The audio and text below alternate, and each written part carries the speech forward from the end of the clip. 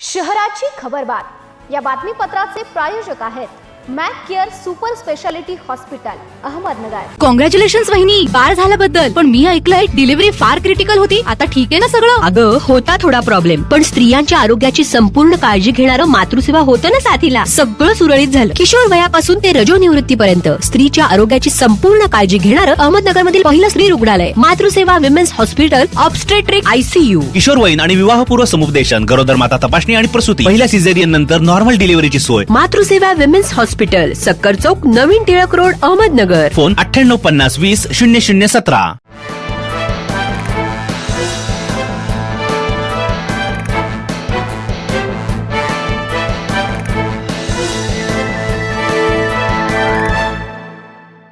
नमस्कार, मी साक्षी, न्यूज 24 सह्याद्रीमध्ये तुमचं स्वागत।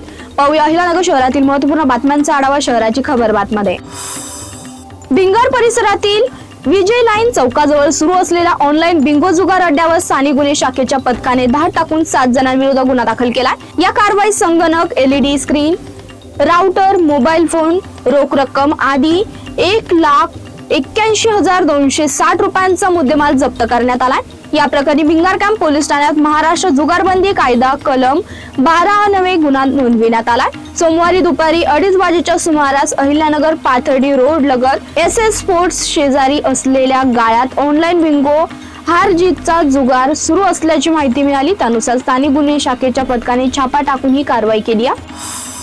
तोपखाना पोलीस ठाण्याच्या पथकाने राबवलेल्या विशेष कॉम्बिंग ऑपरेशन मध्ये न्यायालयीन वॉरंट असूनही फरार राहणाऱ्या 32 आरोपींवर कारवाई करण्यात आली आहे। यामध्ये 23 नॉन बेल वॉरंट असलेल्या आरोपींना ताब्यात घेण्यात आलं असून 9 बेलेबल वॉरंट असलेल्या आरोपींकडून जामीनबंद पत्र भरून घेण्यात आलंय। तोपखाना पोलीस ठाण्याच्या हद्दीत सोमवारी पहाटे ही विशेष मोहीम राबवण्यात आली। न्यायालयाने जारी केलेल्या वॉरंटची अंमलबजावणी करण्यासाठी पोलीस पथकाने विविध भागात एकाच वेळी धाडी टाकत फरार आरोपींचा शोध घेतलाय। या मोहिमेदरम्यान अनेक वर्षांपासून पोलिसांना चकमा देणारे सराईत गुन्हेगार सुमेध उर्फ टिंक्या किशोर साळवे यालाही अटक करण्यात आलाय। प्रेम प्रकरणाच्या पार्श्वभूमीवर झालेल्या वादातून एका युवकासह त्याच्या पत्नीवर हल्ला करून मारहाण केल्याची घटना अहिलानगर तालुक्यातील वाळकी येथे घडली। या प्रकरणी अहिलानगर तालुका पोलीस ठाण्यात 6 जणांविरुद्ध गुन्हा दाखल करण्यात आलाय। जखमी रोहित सुभाष गाडे याच्या जबाबावरून सोमवारी गुन्हा नोंदविण्यात आलाय। त्यानुसार बंटी अनिल आरवडे, पोपट अशोक गायकवाड, राजू प्रकाश आरवडे, संदेश पेत्रस आरवडे, सुरेखा पेत्रस आरवडे, हरण उर्फ बाळी शिवाजी पवार याच्या विरुद्ध गुन्हा नोंदविण्यात आलाय। युवा पिढी संरक्षण आणि जिल्हा अंमली पदार्थ मुक्त करण्याच्या उद्देशाने जिल्हा पोलीस प्रशासनाने अंमली पदार्थाविरुद्ध कारवाई अधिक तीव्र केली असून या गुन्हेगारी साखळीच्या मुळापर्यंत पोहोचण्यासाठी विशेष तपास सुरू करण्यात आलाय।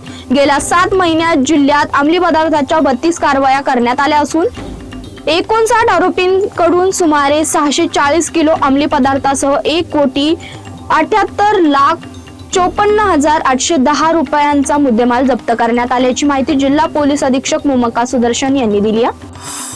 तारकपूर बसस्थानकाच्या आउट गेट समोर दारूच्या नशेत जोरजोरात आरडाओरडा करत गोंधळ घालणाऱ्या आणि रिक्षा संघटनेचे 2 बॅनर फाडून नुकसान करणाऱ्या एका तरुणावर तोपखाना पोलीस ठाण्यात गुन्हा दाखल करण्यात आला। राहुल निवृत्ती गाडेकर असे गुन्हा दाखल झालेल्या आरोपीचं नाव आहे। या प्रकरणी पोलीस अंमलदार महेश बाळासाहेब शेळके यांनी तोपखाना पोलीस ठाण्यात फिर्याद दिली आहे। 2 ऑगस्ट रोजी रात्री 9च्या सुमारास आरोपी राहुल गाडेकर यांनी मद्यप्राशन करून सार्वजनिक ठिकाणी गोंधळ घातला, तसेच रिक्षा संघटनेचे 2 बॅनर फाडून नुकसान केले। या घटनेची माहिती मिळताच डायल 112च्या पथकातील पोलीस कर्मचारी महेश शेळके आणि अमोल खुटे यांनी तातडीने घटनास्थळी धाव घेतली। स्थानिक नागरिक विशाल कराळे आणि मादक मस्ताक बेग यांनी आरोपीला पकडून ठेवलं होतं। शहराची खबरबातमध्ये इथेच थांबतो। तुम्ही पाहत राहा न्यूज 24 सह्याद्री।